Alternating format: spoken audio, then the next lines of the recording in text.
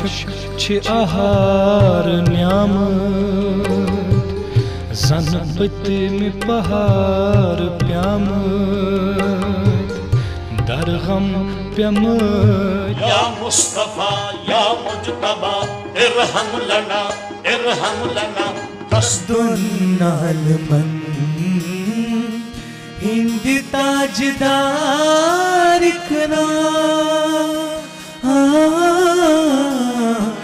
جان بند ہے نبی مختار کنا.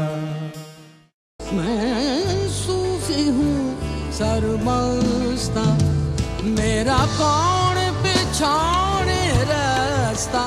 ہندوستان ہزاروں سالوں سے مختلف تہواروں کا گہوارہ رہا ہے اور وقت گزرنے کے ساتھ ہی ان میں اضافہ اور تنوع پیدا ہوتا گیا. یہاں مختلف مذاہب کے لوگ ایک دوسرے کے ساتھ مل جل کر رہتے ہیں اور خوشی و غم میں برابر شریک ہوتے ہیں. عید ہو، دیوالی یا ہولی، سبھی مل کر مناتے ہیں اور ایک دوسرے سے پیار و محبت کے ساتھ گلے ملتے ہیں اور مبارکباد دیتے ہیں.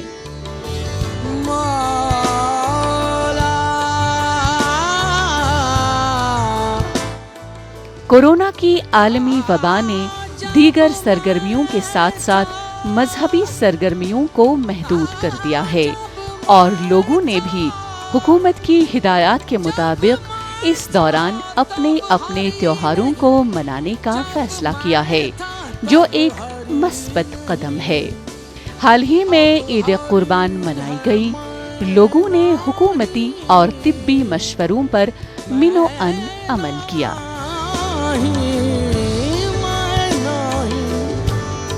اسلام نے یہ تعلیم دی ہے کہ اللہ تعالیٰ کے حکم اور مرضی کے بغیر کوئی چیز وجود میں نہیں آتی اور اللہ تعالیٰ جس حال میں رکھے ہمیں اس حال میں خوش رہنا چاہیے. اس لیے کہ اس وقت کا بنیادی اور سرکاری حکم تسلیم و رضا کرنا ہی دانشمندی ہے.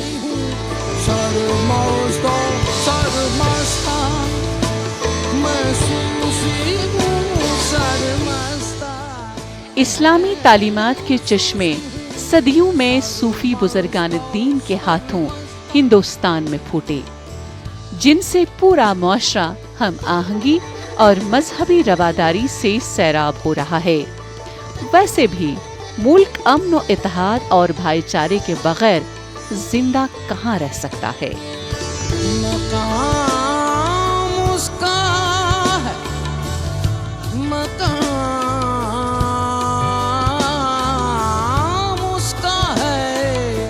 آنے والی جو جنریشن ہے وہ بھی ہمیں دیکھ کر ایسا ہی کرنا چاہیے، ایسی راستے پر چلنے چاہیے، پریم محبت سے اپنے دن کاٹنے چاہیے، نہ کہ کوئی بھائی ہاں جی یہ ہندو ہے وہ مسلم ہے. یہ ہمیں آج تک نہیں کیا اور ہماری جنریشن جو آنے والی ہے وہ بھی نہیں کرنی چاہیے. الف اللہ چمبے دی بوٹی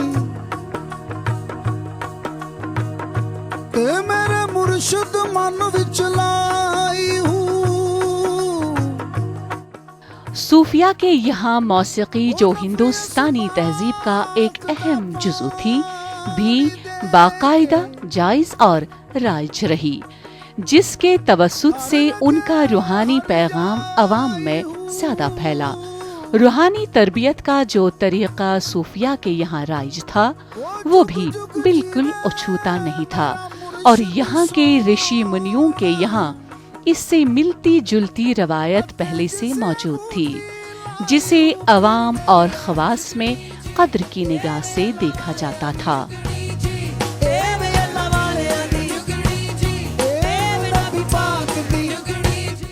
ان کے یہاں روحانی تربیت کے لیے عبادت و ریاضت، مراقبہ، چلہ کشی اور گوشہ نشینی کا باقاعدہ اہتمام ملتا ہے، جس کی مماثلت ہندوستانی سادھو سنتوں کے یہاں بھی موجود تھی. انسانی مساوات، اخلاقی اقدار، رواداری، بھائی چارہ، حق پسندی، راست بازی وغیرہ صوفیہ کی تعلیمات کا اہم حصہ ہیں، جن کا کسی بھی سماج میں قبولیت پانا فطری ہے۔ کرے سائیں کلمہ نبی دا پڑھے سائیں پیر میرے آج جس ہندوستان کو ہم دیکھتے ہیں، جس میں اخوت رواداری کی خوشبو رچی بسی ہے، وہ بہت حد تک صوفیاء کرام کی دین ہے۔ ہم ان کی محنت اور لگن کو کبھی فراموش نہیں کر سکتے۔ صوفیوں نے ہمیشہ اعتدال پسندی، رواداری اور کھلی ذہنیت کا مظاہرہ کیا، اس لیے لوگ ان سے کترانے کے بجائے قریب آتے گئے۔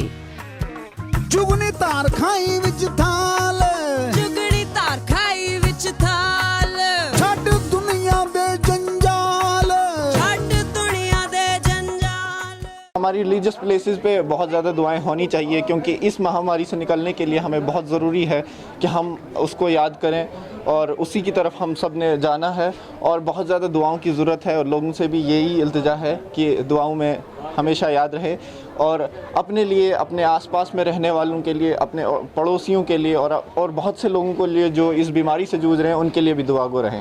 کوئی تو ہے جو نظام ہستی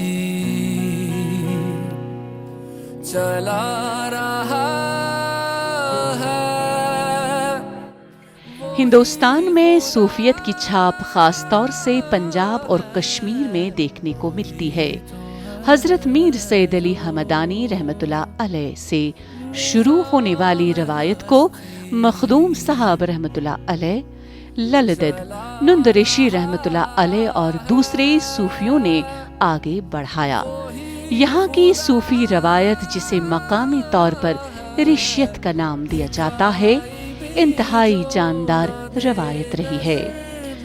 مقامیت کا گہرا اثر لے کر یہ روایت ہندو اور مسلم دونوں میں یکساں اہمیت کی حامل رہی ہے۔ وہی خدا ہے، وہی خدا ہے۔ صوفی روایت نے کشمیری سماج کو ایک اکائی کے طور پر باندھے رکھنے میں بڑا کردار ادا کیا ہے۔ صوفیت اپنی آفاقی تعلیمات، اعلیٰ انسانی اقدار کی حمایت اور صلح کل مزاج کی وجہ سے ہندوستان کی ہی نہیں بلکہ پوری دنیا کی ضرورت ہے۔ نظر بھی رکھے سماعت بھی، وہ جان لیتا ہے نیت بھی۔ ہندو مسلم بھائی چارہ یہاں سب سے بڑھیا ہے، یہ 47 سے لے کر آج تک نہ ہم نے اس میں کبھی کوئی ٹھیس پہنچنے دی۔ ہندو مسلم بھائی چارے کی یہاں کوئی بات کرے، یہاں کوئی رات کو بھی ہماری بیٹی ہندو محلے میں جائے، وہ سیف پہنچے گی اپنے گھر، اس کو ہندو ساتھ آئیں گے ہمارے گھر۔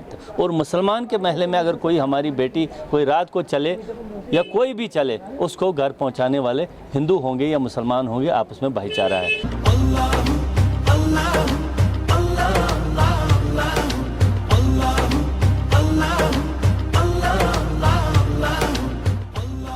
صوفیت کا بنیادی فلسفہ انسان کے باطن کی صفائی اور قرآن کے مخفی معنوں کی تلاش ہے، اور اس کے ساتھ پیغمبر اسلام حضرت محمد مصطفیٰ صلی اللہ علیہ وسلم کے نمونۂ حیات پر کامل عمل صوفیت کی تعلیمات کا حصہ ہے۔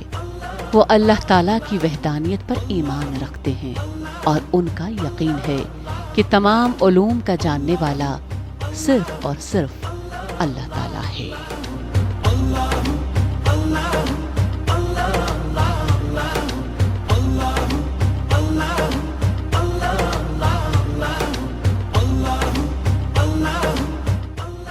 دم غنیمت زان نادان غافلو، دم غنیمت زان نادان غافلو، چھئی کنی کتھ پیر باوان کاملو۔